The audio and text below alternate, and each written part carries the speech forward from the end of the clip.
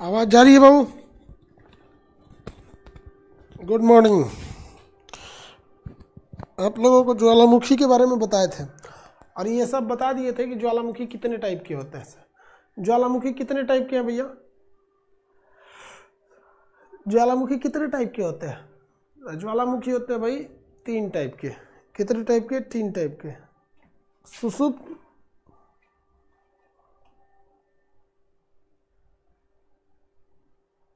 तीन टाइप के ज्वालामुखी। टाइमिंग यही है बाबू, वो सुबह 10 से 12 में सचुरा एप्लीकेशन ट्रायल में रहता है, इसलिए दिक्कत है। 12 से ही आपका ये आपका 2 से 3 ही है बैच। पहले सूचना दिए थे। एप्लीकेशन बहुत लोगों को अपडेट मिल गया है क्योंकि जो भी चेंजेज है अपडेट में 3 टाइप के थे। सक्रिय ज्वालामुखी, हमेशा विस्फोट होते रहते थे सक्रिय ज्वालामुखी में। सक्रिय ज्वालामुखी में आप देखेंगे तो सक्रिय ज्वालामुखी में स्ट्राम्बोली देखें, स्ट्राम्बोली, इसे भूमध्य सागर का प्रकाश स्तंभ कहते हैं। कोटोपैक्सी,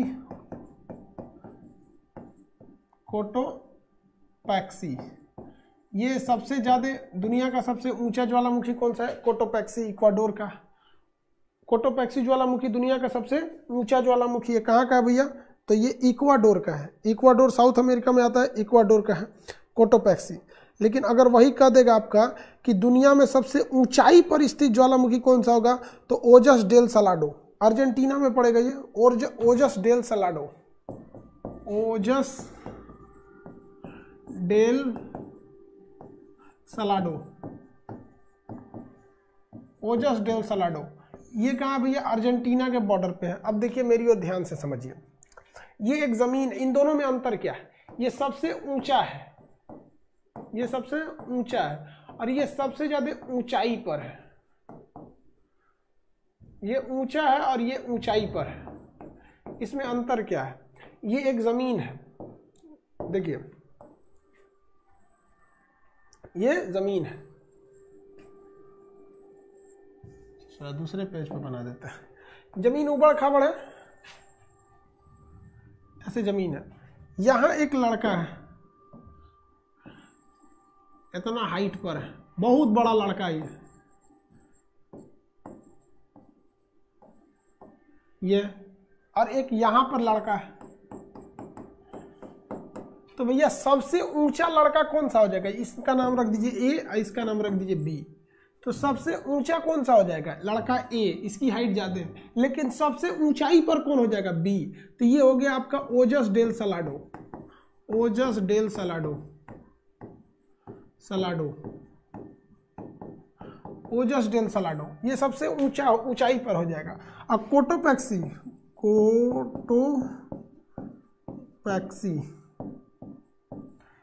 कोटोपैक्सी क्या हो जाएगा? ओजस डेल सलाडोस में कोटोपैक्सी हो जाएगा आपका भाई, ये आपका दुनिया का सबसे ऊंचा ज्वालामुखी कोटोपैक्सी। ओजस डेल सलाडो सबसे ऊंचाई पर स्थित हो जाएगा। यही दोनों में थोड़ा सा अंतर हो जाता है, ये अंतर है। आपको मृत ज्वालामुखी बोले थे, आपको ढूंढ के लाने के लिए एग्जाम्पल, भारत में नारकोंडम मिल जाएगा, म्यांमार में पोपा मिल जाएगा, ईरान में कोहे सुल्तान और देवबंद मिल जाएंगे सब। ये सब कैसे है सर? मृत ज्वालामुखी है सब। मोनालोआ मिलेगा आपको कहाँ पर? हवाई द्वीप पर। ये कैसे ज्वालामुखी है सब? ये मृत ज्वालामुखी के श्रेणी में आएंगे सब। किसमें?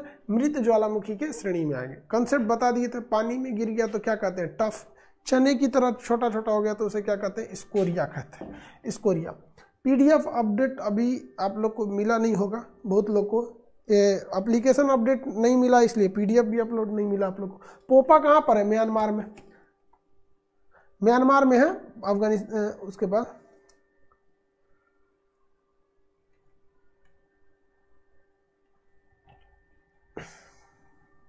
किलीमंजारो अफ्रीका में, अफ्रीका में किलीमंजारो मृत में आएगा, किलीमंजारो ज्वालामुखी है। तो ये सब कहाँ पे है? सब अफ्रीका में है।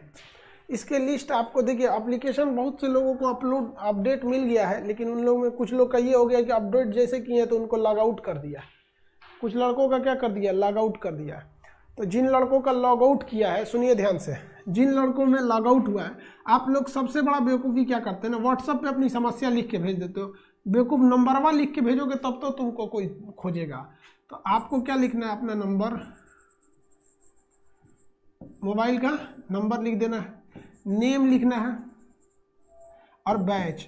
इसके बाद ही कोई चीज़ों को लिखना है आपको। अगर आप ये चीज़ नहीं लिखेंगे ना तो आपका मैसेज ही नहीं पढ़ा जाएगा। और आपको पता है ना 95% मैसेज नहीं पढ़े जाते हैं। आप में से जितने लोग हैं ना उसका 95% लड़कों का कोई मैसेज सीन ही नहीं किया जाता है, छोड़ दिया जाता है। रीजन क्या है कि ऊपर से स्लाइड करके देख लेता है आदमी, नंबर नेम बैच है नहीं है तो भैया हम चाह के भी आपको रिप्लाई नहीं कर सकते। कि इसलिए कोई भी मैसेज करने से पहले अपना मोबाइल नंबर रजिस्टर्ड, ये नहीं कि ससुरा घरे का नंबर दे दे, चाहे जो ना से फोन पे बतियाता है तुम वो नंबर दे दे, उससे हमको कोई मतलब नहीं। रजिस्टर्ड नंबर, नेम, बैच, उसके बाद अपना प्रॉब्लम लिखो, तभी कोई भी सुनेगा, नहीं तो कोई नहीं देखेगा। हम कल देख रहे थे, संडे था, बैठ के कि भैया मैसेज इतना अनसीन क्यों है। तो देखिए भाई साहब, लड़का समस्या लिख रहा है हमारा ये है, अरे भाई साहब हम तुमको किस नंबर से कंसल्ट करेंगे, तुम उसका मोबाइल नंबर डाल रहे हैं तो उस नंबर से एप्लीकेशन ही नहीं है। अब इतना किसी को फुर्सत रहता है कि यहाँ से बैक कॉल आपको किया जाए। चलिए ध्यान दीजिए, इसलिए आप लोग कभी भी समस्या समझिए कि उधर वाला कैसे रिप्लाई करेगा आपको। आगे देखते हम लोग।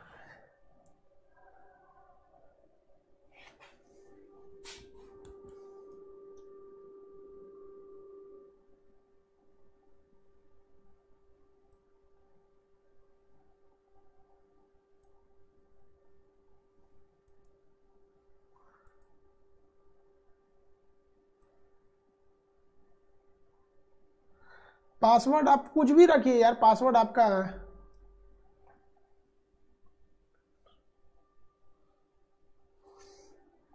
अब देखिए ध्यान से, आपके पीडीएफ जैसे अपडेट हो जाना चाहिए। अभी तो अपडेट किया गया है, देखिए जल्दी हो जाएगा, आज रात या कल तक, आज रात तक नहीं होगा। देखिए ध्यान से, माउंटेन के बारे में समझाते हैं। माउंटेन, ज्वालामुखी समझा दिए थे आप लोग को, ज्वालामुखी के बारे में। एक बार ज्वालामुखी को मैप पे दिखा देते हैं, आपको ज़्यादा अच्छा रहेगा। देखिए मेरी ओर ध्यान से, उसके बाद आगे बढ़ेंगे। हम अलग अलग कलर्स ले लेते हैं। कौन सा ऐसा महाद्वीप है जहाँ ज्वालामुखी नहीं है, कौन सा ऐसा महाद्वीप है जहाँ ज्वालामुखी नहीं है। ऑस्ट्रेलिया महाद्वीप में एक भी ज्वालामुखी नहीं है। अंटार्कटिका में कौन सा है, इरेबस, अंटार्कटिका में इरेबस। अब देखिए अर्जेंटीना और इसके चिली के बॉर्डर पर है ओजस डेल सलाडो, ओजस डेल सलाडो सबसे ऊंचा पर है। कोटोपैक्सी सबसे ऊंचा है, ये ससुरा कोटोपैक्सी। इस पर और ये सब कहाँ पे है, ये भैया अमेरिका में है। स्ट्राम्बोली, विसुवियस ये कहाँ पर है, ऑस्ट्रेलिया में है सब यहाँ पर। किलिमंजारो तंजानिया में है यहाँ पे। पोपा म्यांमार, देवबंद और कोहे सुल्तान ईरान में है।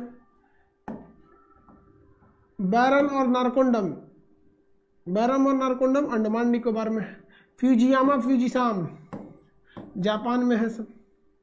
इंडोनेशिया में सोमेरू और क्राकाटोआ, सोमेरू और क्राकाटोआ, इंडोनेशिया सोमेरू और क्राकाटोआ इंडोनेशिया में हो गया।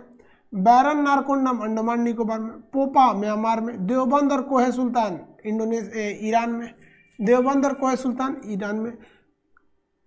फ्यूजियामा फ्यूजिसाम जापान में। बेंजामियानी रूस, बेंजामियानी कहाँ पर है, रूस में है। बेंजामियानी कहाँ पर है, रूस में है। यह भैया बेंजामियानी। आगे देखिए बेंजामियानी कहाँ पे है, रूस में है बेंजामियानी। अब यहाँ देखेंगे आप लोग, इटली में कौन सा है, इटली में, तो भाई इटली में है आपका विसुवियस और स्ट्राम्बोली। ये नक्शा के हिसाब से भी देख सकते हैं हम लोग ज्वालामुखी को, ठीक है। हालांकि पीडीएफ में आपको लिखा हुआ है कंट्री बाई कंट्री।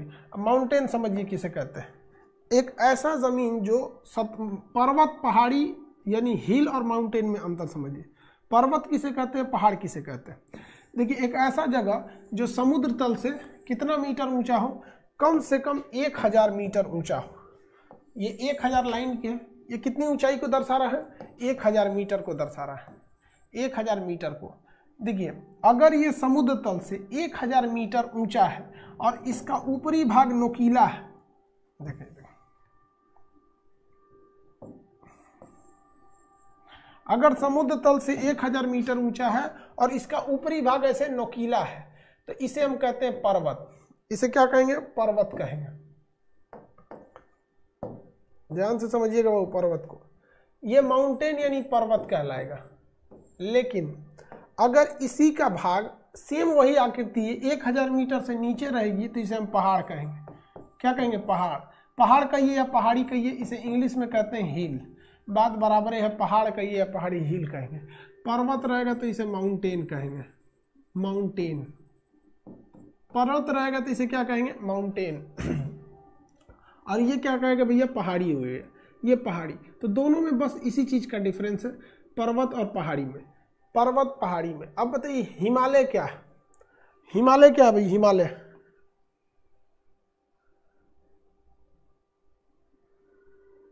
हिमालय का बताइए, हिमालय क्या आएगा?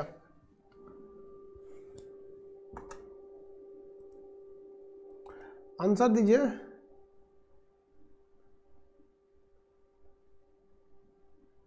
हाँ, हिमालय पर्वत में आएगा भैया, कुछ नहीं है हिमालय। ध्यान से समझिए, हिमालय एक पर्वत श्रृंखला है। ये लाइनिंग हम जो खींच दे रहे हैं, ये देखिए, ये लाइनिंग है हमारी 1000 मीटर। कितने मीटर को दर्शाएगा? ये एरिया 1000 मीटर को दर्शाएगा।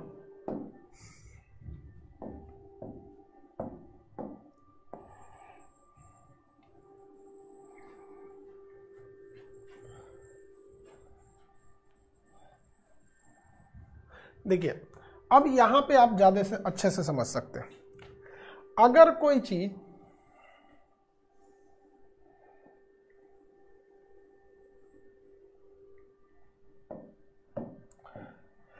ये मेरा कहला जाएगा पहाड़ी, पहाड़ यानी हिल हो गया। ये वाला एरिया क्या हो गया? हिल हो गया। रीजन क्योंकि 1000 मीटर से नीचे है, इसलिए इसे हम क्या कहेंगे? हिल कहेंगे। अब ये क्या कहेंगे भैया? पर्व। हालांकि है तो ये 1000 मीटर से ज्यादा ऊंचा है, तो ये 1000 से ज्यादा ऊंचा, लेकिन इसे पहाड़ नहीं, इसे पहाड़ नहीं कहेंगे, ना ही पहाड़ी कहेंगे, इसे कहेंगे पठार यानी प्लेट्यू।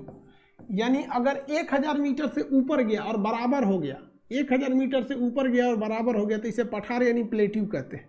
लेकिन अगर जहां कोना निकल दिया तो इसे क्या कहेंगे? पर्वत। इसे क्या कहेंगे? पर्वत। तो ये सब क्या है? सब पर्वत है सब। अगर पर्वत बहुत ज्यादा हो गया तो इसे पर्वत श्रेणी कहते हैं, पर्वत श्रृंखला, माउंटेन रेंज। पर्वत श्रृंखला यानी माउंटेन रेंज। बहुत ज्यादा लाइन से है तो माउंटेन रेंज कहते हैं। तो बताइए बराबर है। इस माउंटेन रेंज की जो सबसे ऊंचा भाग होता है उसे हम कहते हैं चोटी। जैसे माउंट एवरेस्ट, हिमालय की बहुत सारी चोटियों में वो सबसे ऊंची चोटी है, सभी तरह के पीक में वो सबसे ऊंचा पीक है। तो देखिए 1000 मीटर से नीचे है, अगर कोना बना लिया तो उसे हम क्या कहते हैं? हिल। पहाड़ी, पठार हटा देते हैं, पठार बाद में पढ़ेंगे क्योंकि ये टॉपिक में भी नहीं है पठार। अगर 1000 मीटर से नीचे है तो उसे क्या कहेंगे? पहाड़ी या पहाड़। और 1000 मीटर से ऊपर है तो उसे क्या कहेंगे? पर्वत कहेंगे। पर्वत की सभी चोटियों में जो सबसे ऊंची होती है उसे वो सर्वोच्च चोटी कहते हैं। जैसे हिमालय की सर्वोच्च चोटी जो है वो है आपका माउंट एवरेस्ट। पहाड़ अगर लाइन से रहेगी तो उसे माउंटेन रेंज कहते हैं, यानी पर्वत की श्रृंखला। बहुत सारे पर्वतों को मिला देते हैं तो पर्वत श्रृंखला बनता है। जैसे हिमालय में आपको देखेंगे नंगा पर्वत, धौलाधार पर्वत, बृहद हिमालय पर्वत, पीर पंजाल श्रेणी, लद्दाख श्रेणी, काराकोरम श्रेणी, पूर्वांचल श्रेणी, बहुत सारे पर्वतों को मिला देते हैं तो क्या बनता है भैया? पर्वत की एक श्रृंखला यानी एक श्रेणी बन जाती है, जिसे कहते हैं पर्वत श्रेणी। क्या कहते हैं? पर्वत श्रेणी के नाम से जाना जाता है। आगे बढ़ जाए। अब इन पर्वतों के निर्माण के आधार पर हम इन्हें कई भाग में बांटते हैं। एक होता है वलित पर्वत, एक होता है आपका भ्रंश पर्वत, एक होगा आपका ज्वालामुखी पर्वत, एक होता है आपका अवशिष्ट पर्वत। अवशिष्ट पर्वत तो देखते हैं हम लोग एक एक करके पर्वत के बारे में। सबसे पहला आता है फोल्डेड माउंटेन।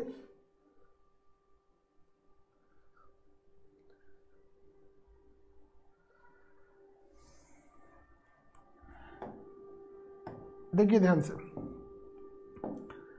अब हम लोग यहां समझते हैं कि सबसे पहला जो पर्वत होता है वलित पर्वत। वलित पर्वत इसे हम लोग कहते हैं मोड़दार पर्वत।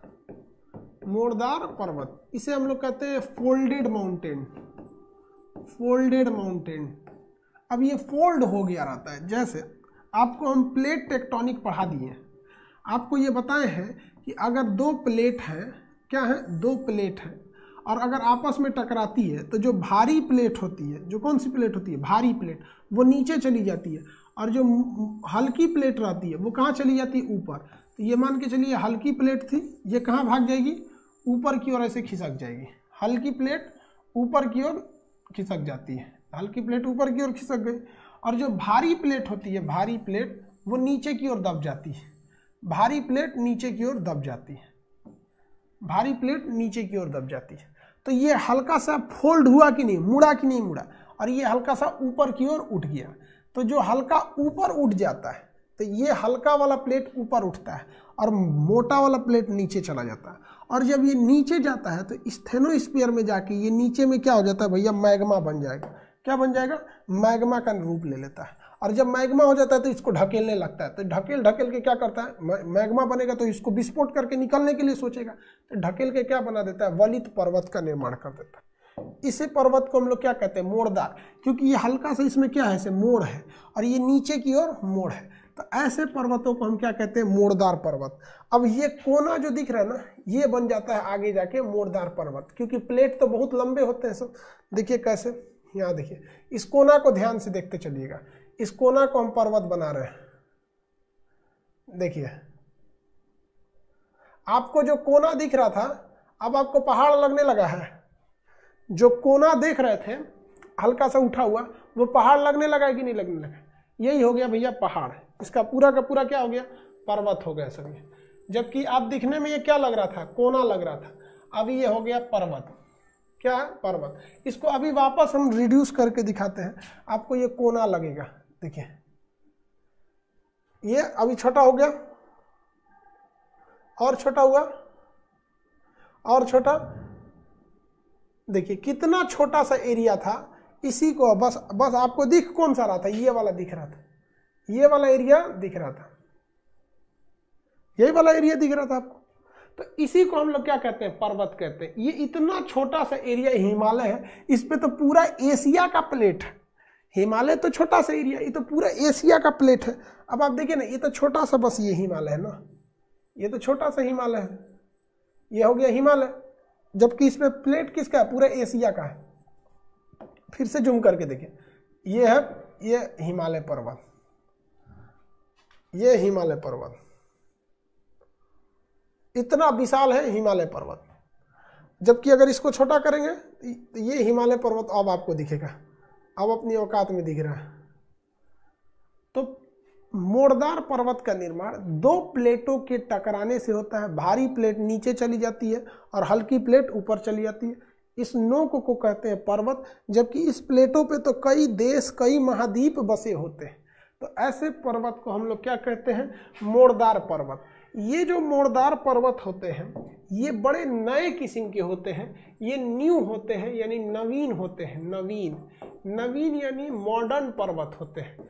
मॉडर्न कहने का सेंस ये नहीं है कि ये फैशनबाज होते हैं।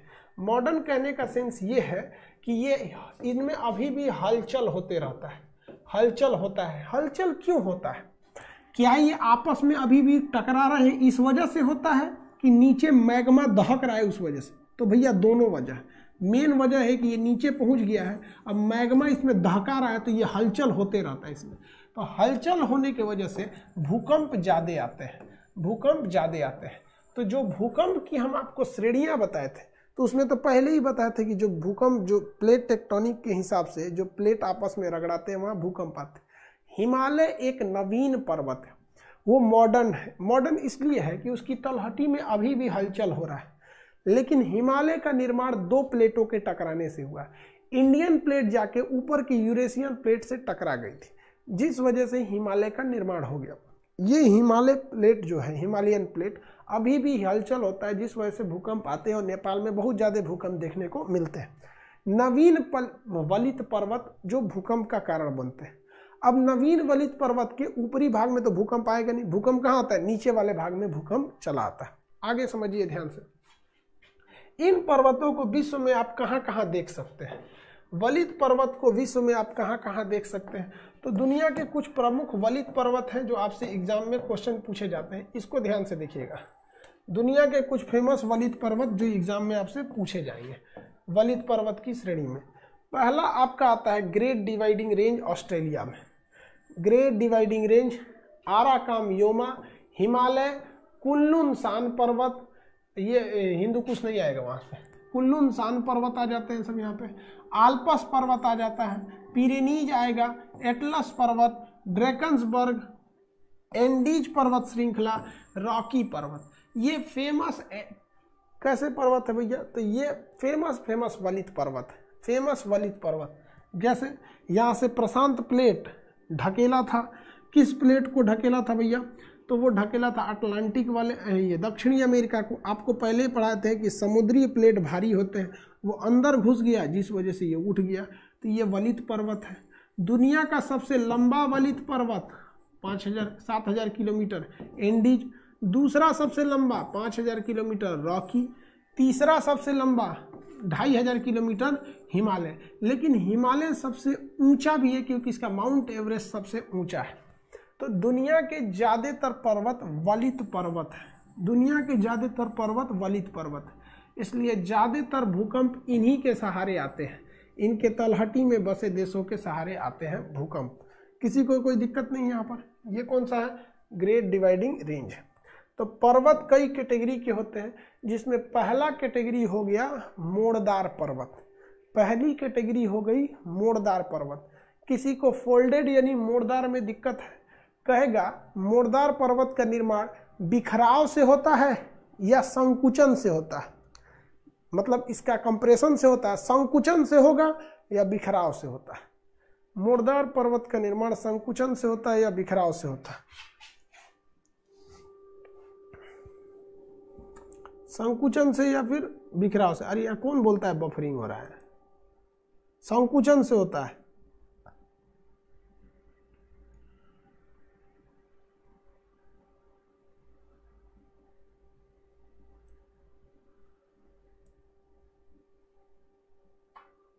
कॉन्ट्रैक्शन संकुचन से, संकुचन से होता है, बिखराव से नहीं होगा, बिखराव से नहीं होगा। किससे होता है भैया? संकुचन से होता है।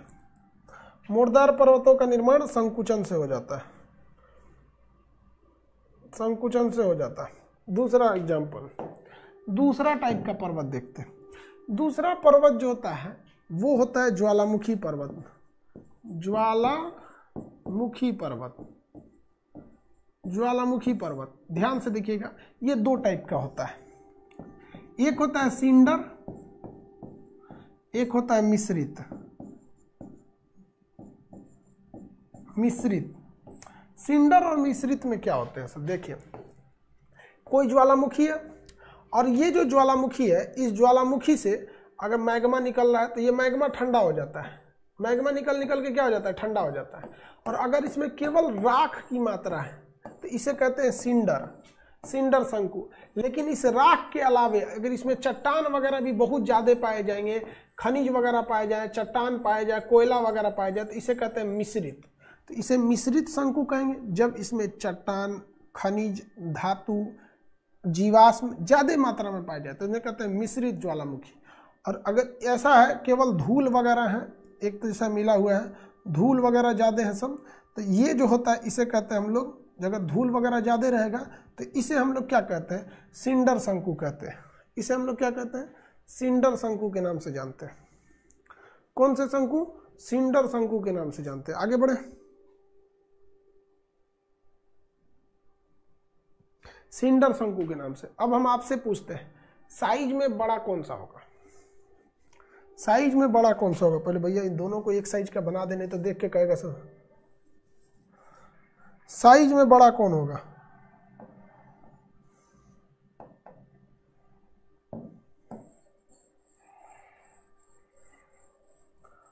साइज में कौन बड़ा होगा? मिश्रित होगा। अभी जेन्युइन बात है भैया, मिश्रित वाला बड़ा होगा, क्योंकि ये जो होता है थोड़ा सा साइज में बड़ा होते हैं। मिश्रित ज्वालामुखी, इससे ज्वालामुखी का निर्माण सबसे अच्छा एग्जाम्पल कौन सा हो सकता है? ज्वालामुखी पर्वत का। जितने भी ज्वालामुखी हैं सब कहीं ना कहीं पर्वत पर ही स्थित है। ज्वालामुखी पर्वत का अच्छा एग्जाम्पल हो सकता है मोना लोआ, हवाई द्वीप पर, अमेरिका के हवाई द्वीप पर मोना लोआ, अमेरिका के हवाई द्वीप पर मोना लोआ, अमेरिका के हवाई द्वीप पर कौन सा हो जाएगा, मोना लोआ हो जाएगा। ये एक अच्छा एग्जाम्पल हो जाएगा ज्वालामुखी का। विसुवियस, कोटोपैक्सी, फ्यूजियामा, ये सब क्या है, सब जितने ऊंचे पर्वत, ऊंचाई पर स्थित आप ज्वालामुखी देखेंगे। फ्यूजियामा जापान का सबसे ऊंचा पर्वत भी है, फ्यूजियामा पर्वत। और जापान वो किससे बना हुआ है, ज्वालामुखी से। सिंडर से तो बन नहीं पाएगा, सिंडर से नहीं बनेगा, मिश्रित से बनेगा। सिंडर से नहीं बनता है, किससे बनता है, मिश्रित से बनता है। चलिए मेरी ओर ध्यान से देखिए,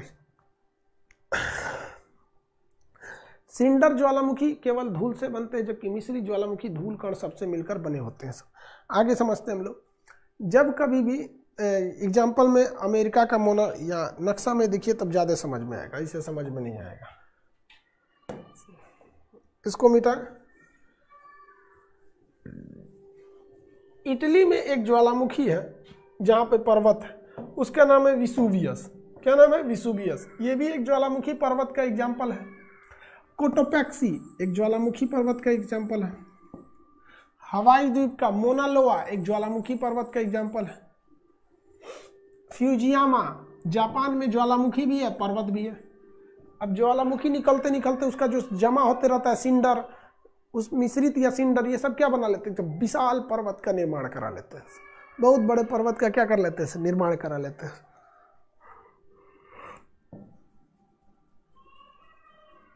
तो ये हो गया आपका कौन सा भैया, फ्यूजियामा। ये कौन सा है,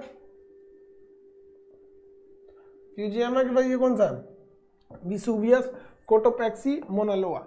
ये सब ज्वालामुखी पर्वत की श्रेणी में आते हैं। सब ये सब की श्रेणी में आएंगे सर, ज्वालामुखी पर्वत की श्रेणी में आते हैं सर। तो पर्वत कितने टाइप का देखें, 2 टाइप का। कितने टाइप का, 2 टाइप का।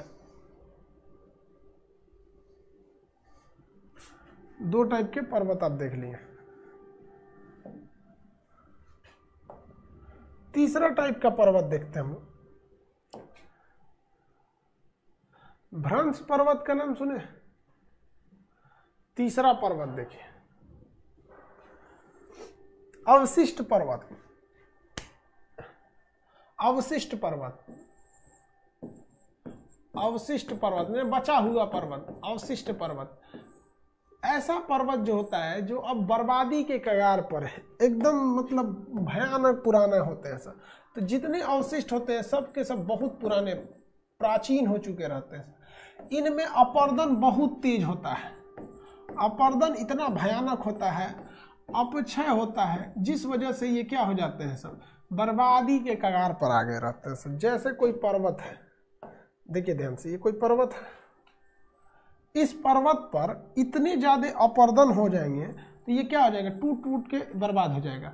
क्योंकि इसमें अपर्दन अगर बहुत पुराना है, जैसे अरावली पर्वत है, इतना ना पुराना है कि मानव ने उसको छोड़ा ही नहीं, बकोट वकोट के खत्म कर दिया। अरावली पर्वत, अरावली पर्वत को बकोट के खत्म कर दिया।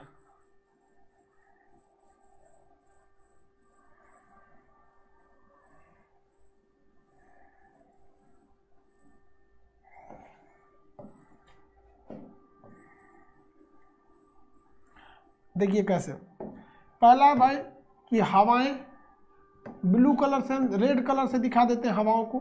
हवाएं आती हैं, इस पे टकराती हैं। 3 हवाओं से भी भैया यहाँ पे घर्षण होता है।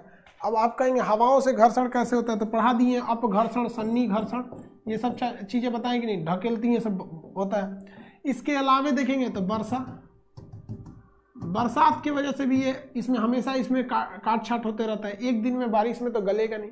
आपके घर में अगर हैंडपंप चलता है, हैंडपंप, तो देखिएगा जहाँ नल रहता है ना वहाँ छेद हो जाता है।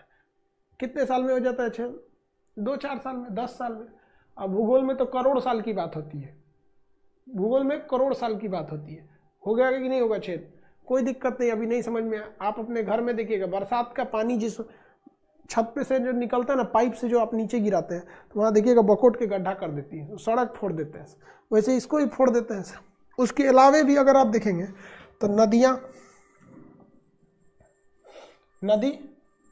नदी भी बहुत सारे अपर्दन वाली आकृति बनाते हुए निकल जाती है। नदी ये भी काट देती है। और सबसे खतरनाक जो काम करता है भैया, मानव, मानव ले आओ जेसीबी लगा के खोद दे, पूरा जेसीबी लगा के क्या करता है, मानव खोद देता है, जेसीबी, जेसीबी लगा के, नहीं तो नदियां, नहीं तो वर्षा, कुछ नहीं तो पवन। इतने अत्याचार एक पर्वत कितना झेलेगा, इतना अत्याचार एक पर्वत कितना झेलेगा। झेलते झेलते जब करोड़ों साल हो जाते हैं तो ये पर्वत खत्म होने के कगार पे आ जाता है, पर्वत क्या जाता है, खत्म होने लगता है। इसी को कहते हैं अवशिष्ट पर्वत। दुनिया के जितने पुराने पुराने पर्वत हैं, चाहे वो दुनिया का सबसे पुराना पर्वत भारत में ही है, नाम क्या है, अरावली। जब ये अरावली बना था तो बनने के समय में ये क्या था, एक वलित पर्वत था। बनने के समय ये एक वलित पर्वत था, लेकिन अरावली पर्वत को इतना न करोड़ों सालों से बरसात हो गई। पहले तो हिमेज में बरसात था, बारिश होती, बर्फ गिरते थे वहाँ पर रेगिस्तान वाले में, जब आइस एज था। अभी आपको एज नहीं पढ़ाएं, कैम्ब्रियम यूज, प्री कैम्ब्रियम, ये सब पढ़ाएंगे तो आपको एज बताएंगे। तो वो काट छाट होते रहता है। अरावली से बनास नदी, चंबल नदी, ये सारी नदियाँ निकल के काट छाट कर देती हैं। रेगिस्तान में हवाएं चलती है, धूल धक्कड़ उड़ा उड़ा के लेके चली जाती हैं। तो जिस वजह से ये हो जाता है, आप अभी इसको नहीं समझे, आपको ये अनयूजुअल लगता होगा कि सर कौन चीज पढ़ा रहे हैं, एक पर्वत को नदी जैसी बारिश उरिश कैसे बर्बाद कर सकती है। तो आपको एक बात बताते हैं, आप अपने शहर मोहल्ले में कोई सरकारी बिल्डिंग देखिएगा, वो सरकारी बिल्डिंग में अगर कोई नहीं रह रहा होता है ना, तो 50 साल में वो सरकारी बिल्डिंग तबाह हो जाती है। उस पर घास भूस जम जाते हैं, सब छज्जा टूट के गिरने लगता है, कुछ कुछ अजीब अजीब होने लगता है। आप इस चीज़ को देखे होंगे। सेम वैसे ही समझ जाइए कि अवशिष्ट पर्वत होता है। जैसे आपने अवशिष्ट मकान देखा है, मकान देखे कि नहीं अवशिष्ट पर्वत का?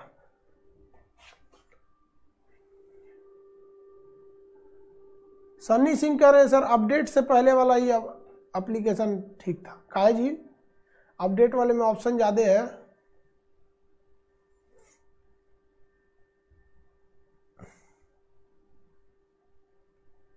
शिखर चोटी एक के चीज होता है। हाँ, सरकारी स्कूल का हाल यही है। अवशिष्ट पर्वत के एग्जाम्पल देखिए। अब अवशिष्ट पर्वत के एग्जाम्पल में आप देखेंगे अरावली, अपलेशियन, ये दो सबसे प्रमुख है अवशिष्ट पर्वत की श्रेणी में, अरावली, अपलेशियन। ये अवशिष्ट पर्वत में बहुत ही प्राचीन है सब, और ये है यहाँ पे भारत में जाते हैं सब। यूराल पर्वत भी है, भारत रूस में है। यहाँ पर सरकारी स्कूल देख सकते हैं, सरकारी स्कूल,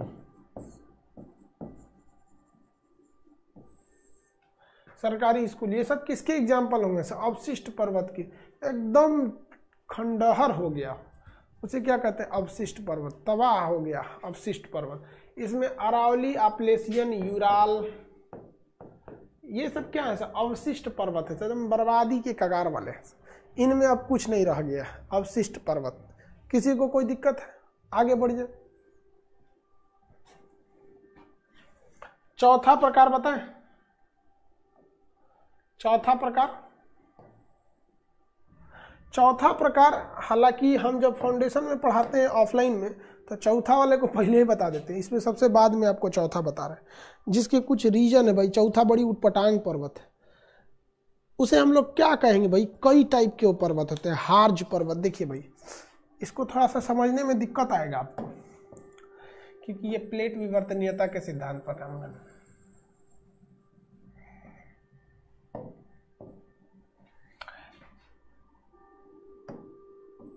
देखिए, आप प्लेटों के हिसाब से समझिए। यहां एक कोई प्लेट है, ये प्लेट, इसके बगल वाला भी एक प्लेट है,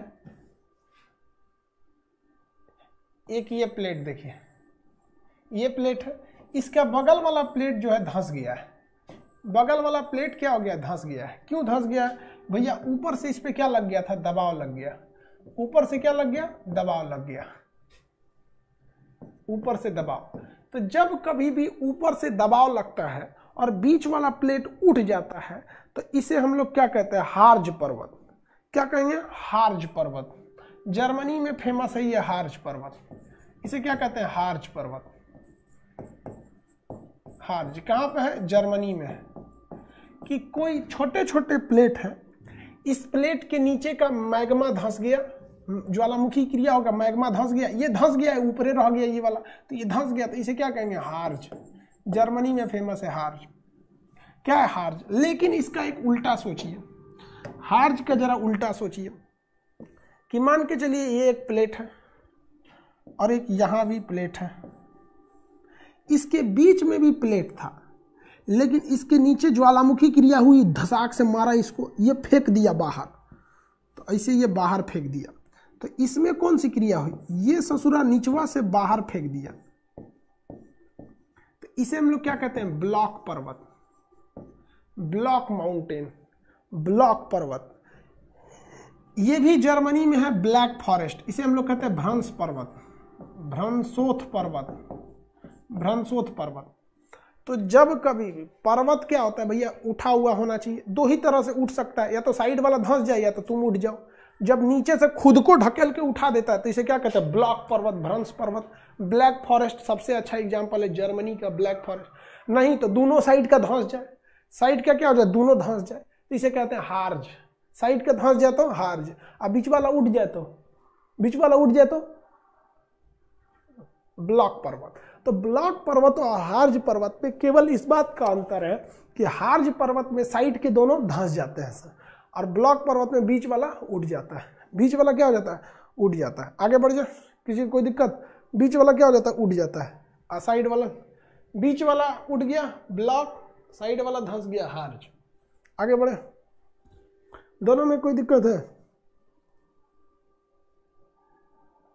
हाँ भाई, दोनों तो एक ही जैसा दिख रहा है, लेकिन बनावट में ना अंतर है। अरे यार, दोनों एक ही जैसा दिख रहा है लेकिन बनावट में अंतर है। ये इसलिए उठा है कि बगल वाले धंस गए। नहीं समझा? नहीं समझा? समझो। नहीं समझा सब? देखिए ध्यान से, यहां एक आदमी है, यहां एक क्या है? आदमी है। ये आदमी कहता है कि तुम तीनों में से किसको पहले मरना है वो आगे आओ, जिसे मरना है वो आगे आओ। ये सोच पीछे भाग जाएगा, पीछे भागे। ये आगे आया नहीं है, इसे आगे लाया गया है। तो ये क्या हो गया? ये हो गया हार्ज पर्वत। ये ससुरा साइड वाला हट गया। ठीक है, दूसरा एग्जाम्पल समझिए।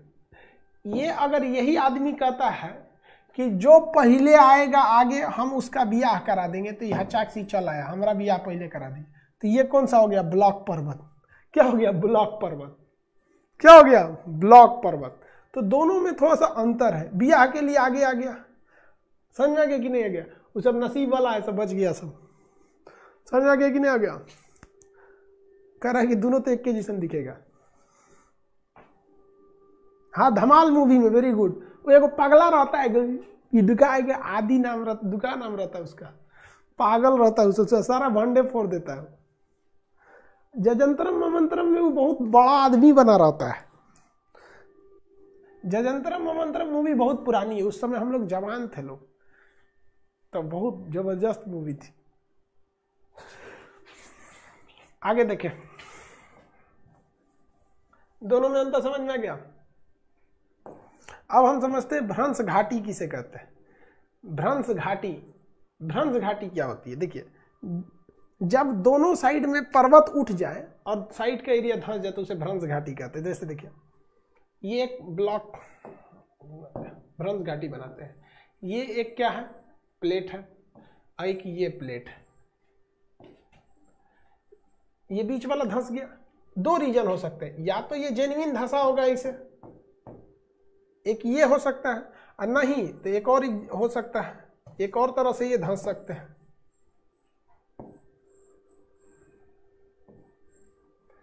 तीनों एक जगह रहे हो, नीचे से ससुराई ज्वालामुखी मारा होगा धमाक से, इसको ये उठ गया होगा, और इसको मारा होगा धड़ाक से ये उठ गया होगा, तो दोनों तो बतिया एक के जैसा है। अभी तक बिचवा वाला उठ रहा था, इसमें भी उठा, चाहे उठाया गया, लेकिन इसमें धंस गया, चाहे वो धंसा या धंसाया गया, इसे कहते हैं भ्रंश घाटी। क्या कहेंगे? भ्रंश घाटी। रिफ्ट वैली, रिफ्ट वैली, क्या कहेंगे? Rift valley. अगर बीच का हिस्सा धंस गया तो उसे भ्रंश घाटी कहते हैं, और बीच का एरिया उठ गया तो उसे भ्रंश पर्वत कहते हैं। धंस गया तो भ्रंश घाटी, उठ गया तो भ्रंश पर्वत। उठ गया या उठाया गया, धंस गया या धंसाया गया, उठ गया या उठाया गया। ये बताइए उठ गया है उठाया गया है? इसको हार्ज को बताइए, उठ गया या उठाया गया है? उठ गया है या उठाया गया है? उठ गया या उठाया गया?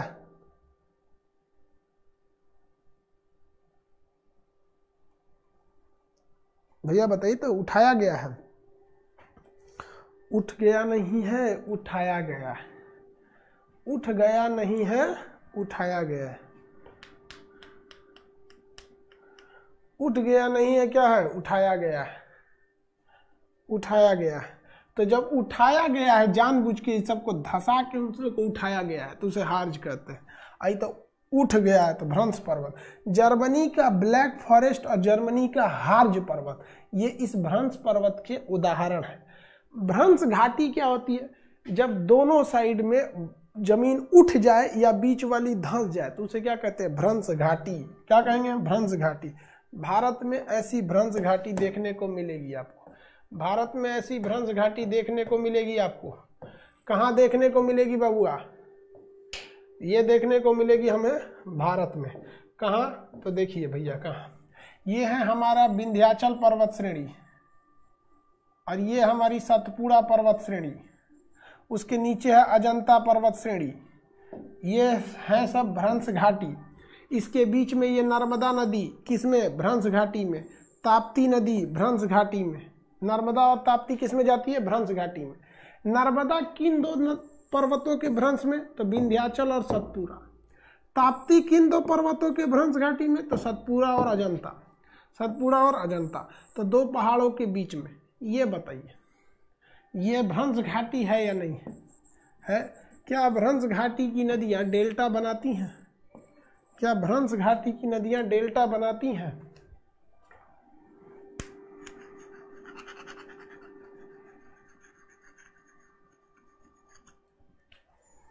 क्या भ्रंश घाटी की नदियां डेल्टा बनाती हैं?